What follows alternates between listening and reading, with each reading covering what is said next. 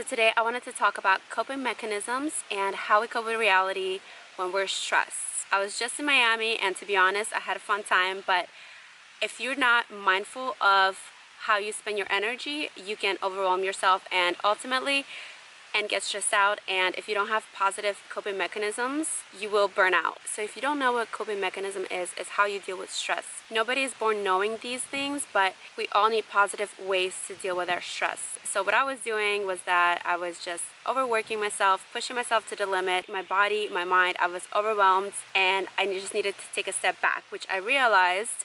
But some people just keep going, and it's very stressful on your mind and body. So some of the maladaptive coping mechanisms include escapism, which I'm very guilty of. So it is just what it sounds like. You're escaping the reality. So you're taking a step back, whether you're just sitting in your room, you're scrolling your phone, you're like, I'm not gonna, call this person or do that email or go apply for that job that you have to do. You're just kind of pulling yourself back and pretending like it's not reality, when in reality you have to be doing something. It might just be that you're about to get fired, but you're not doing anything about it. It might just be like some important email you have to send, or you're gonna get fired, but you don't want to send it because you're fearful. So you're just sitting there and you're pulling yourself back and ignoring responsibilities, and that's very unhealthy. But like I said, I am very guilty of that. So you have to be mindful when you're doing it and just push yourself and do the thing that you're scared to do. Another one is unhealthy self-soothing. So that includes alcohol, drugs, partying, unsafe sex, doing crazy activities, which just kind of pushes the stress out of your mind temporarily.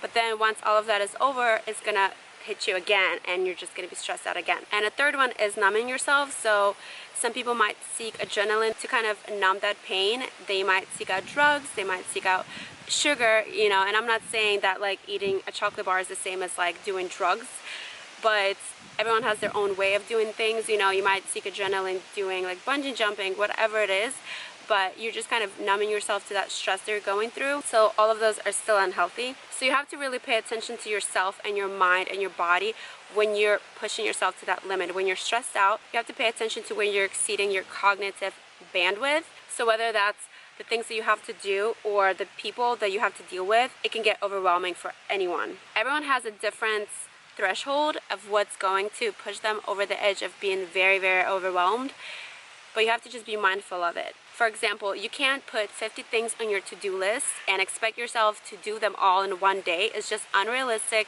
You're gonna stress yourself out even more by not doing them. Like, damn well you're not gonna do all of those 50 things in that one day. And even though you might be like, yes, I'm gonna do all these things, I've done this. Okay, I'm guilty of like writing all of these things down, and in my head I'm like, yes, I can do it all. And then at the end of the day, you're not gonna have enough time or energy to do all of them, and you're just gonna feel even worse because you haven't done them. So rather than writing down 50 things for the day, write down like 4 things that you know for sure you're gonna do. That way you're not stressing yourself out, you feel better about yourself. And then also, if you do more than just those 4 things, then you'll feel better, you'll feel more accomplished. So I'm not saying be lazy, but at the same time, don't overwhelm yourself mentally. Because if you pay attention to like today's society, they're like, yes, you can do this, you can do that, be a bad bitch, Listen, everyone knows what you're capable of. Like, you know what you're capable of. And just because someone else is saying that you should be doing this and this and this and this, if you're like, hey, today I just need a break, I'm not gonna do all these 10 things, I'll do a couple of these things and then I just need a break, that's fine. That's totally fine. You owe yourself that. So that's with lists, but also it can be overwhelming with people. So there are people who are extroverted, introverted. It doesn't matter. Everyone can get to the point where you're overwhelmed. And I notice myself when I get to that point, I just kind of want to retrieve and just want to step back, relax. Like for me, for example, if I get overwhelmed being around a lot of people for too many days, pushing myself, I just need a break. I want to be just by myself, read a book, relax, be around nature, something very soothing for a few days, and then I can recharge, and everyone's different. You can just might need like a few hours or a day just to yourself, whatever it is. Some people might need a week, but just be mindful of how you're feeling. Be mindful of how people make you feel also. Like when I was in COVID, like for one, we were all on lockdown in LA for a year. There was nowhere to go or do or things to do. But also I was in bed for like 2 months because of COVID. So I really didn't do much, and it gave me a lot of time to just spend with myself and with my own thoughts. And eventually when I did start going out and being around people, it made me more mindful of how certain people make me feel. So if you notice yourself like, okay, if I'm going around this person, they make me feel overwhelmed, like I'm not gonna put myself in that situation again. Like I don't want to hang out with this person. And if they're not quality people, you're gonna know how it makes you feel, you know? So surround yourself with the people that make you feel good. And also, don't spread yourself thin. Like, don't promise to be here and here and here and do this and this and this when you know you don't have the mental capacity, you don't have the time, you don't have the energy. Because I'm guilty of this. I used to do this before we had the lockdown. I used to be like, yeah, sure, I'll go to your birthday. Yeah, of course I come to your party. Yes, let's do this video. Let's do this and this and this. And then I'm just overwhelmed and I'm tired, and energetically and mentally, you know, I just needed a break. But I promised these people all these things, and I didn't give myself enough time to just relax and do what I want to do and work on the projects that I want to work on. So now I'm more mindful of how I spend my time, who I spend my time with, and that's very, very important. You don't want to spread yourself too thin, because when your cup is not full, when you're tired, when you're overwhelmed, you don't have the energy to give to other people. So when, for example, for me, when I pull myself back and I relax and I do the things that I want to do and I feel accomplished and I feel energized, then I have more energy to give to other people, and you're more positive, you're more loving. You don't have the love to give to other people when you are empty yourself. And I'm not saying empty as in like you're a mean person, as in empty as in you're just overwhelmed. You don't have the energy. You don't have the energy to give. And so if you know you're not going to be able to accomplish all these things, don't promise it, because it's just going to make you more stressed out and you're going to spread yourself thin. And now I learned, you know, to just say no. For example, for me, if I know I'm not going to have the energy or the time to go here and do this and this and this and this, I'm just going to say, hey, look, you know what? I'm sorry I can't make it. That's it. Like, I prioritize myself and my time now more after this whole lockdown, which is great. And, you know, if they don't understand that, then that's fine. Which brings me to the next point, is that some things you just cannot change. And it's okay. Like, you need to just let it go. There's some things that people worry about. Like when I was reading the book Untethered Soul, The Untethered Soul by Michael Singer, there was one chapter where he talked about, you know, you can lay there and think about the sun. You don't want it to come up in the morning. You could just lay there and stress yourself out and think about it over and over and over. But it's still going to come up in the morning. It doesn't care what you're thinking, that you're stressing yourself out about it. It's still going to happen. So you sitting there thinking about some situation, whether you had a fight with your significant other, or this job that you might not get, or whatever it is, you sitting there stressing out about it is not going to do you any good. Some things you just cannot change. You know, there are situations that happen in life that you just need to let go, surrender to it, make peace with it, and let it go. And if anything, after it's over, think about what you can do to make your life better from this point on. So speaking of things that you can let go, also don't spend so much time on social media and the news. This is a big one, especially with like everything going on right now in the news, and like the past year since COVID started, it's been crazy. And yes, you should be aware, like you shouldn't be ignorant, you know, but you shouldn't always be watching the news and always being on social media. For one, there's kids who compare themselves now to these photoshopped models, and they have low self-esteem because of it, which these people aren't even real that they're comparing themselves to, you know. And now they have low self-esteem, they're depressed, and they're just sitting there scrolling mindlessly on social media, comparing themselves to other people. Or you watching the news that's also negative. You know, just be aware, maybe go read a summary of what happened if you really want to know. But sitting there always watching the news, there's just so much negative, like toxic shit on there that just kind of brainwashes people and makes them more fearful. And I'm sure you don't want to be one of those people. I'm sure you don't want to be a fearful person, but yeah, it just puts negativity in your mind that you don't need there. Another thing about situations is that you don't want to make everything about you. Try to put yourself in the other person's shoes. Try to see another perspective to the situation. There can be one, two, there can be more than two, there can be 10 different perspectives, you know. Just think of the situation in a different way, because not everything is about you. The world doesn't revolve around me, it doesn't revolve around you. So that really put every situation into a different perspective, and it's going to make your life a lot better. And it's going to make you treat other people a lot better as well.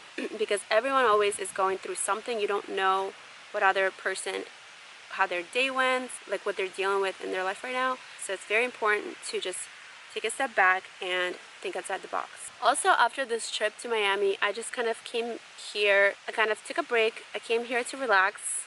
This is not in Miami. I came to another part of Florida to relax, because I knew that I have like some nature here. I'm not gonna go out. I just can do whatever I want and just relax. And also work out. When I don't work out for a while, I notice myself not getting happy. And I mean, everyone's different. You can find what makes you happy. But during COVID last year, I realized that when I was sick and I couldn't use my body, I didn't have any energy. Eventually I started getting very, very sad, and I didn't know why at first. I was like, was it because I'm not around people, because I was like at home a lot? No, it's not because of that. It's because I was just so like tired all the time. I didn't have any energy to work out or to anything at all. Like I would even go on a hike and like be breathing so hard, like I couldn't walk to the grocery store and not be out of breath. Like I have a whole video about COVID, but that made me realize how important it is to move your body. So just do something every single day. Feel your body. You have to feel yourself in your body every single day.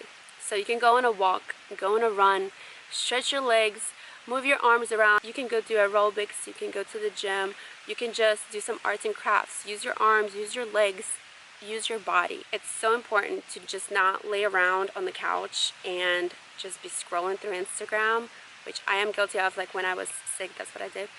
But it's so not good for you mentally and physically. But it's important to do something physical where also it pulls you in and you're not having any distractions from the outer world. Next point, and this is a very happy point for me, I love this one, is remembering what makes you fulfilled. So try to remember a day when you came home and you laid down to go to bed and you were like so happy with the day.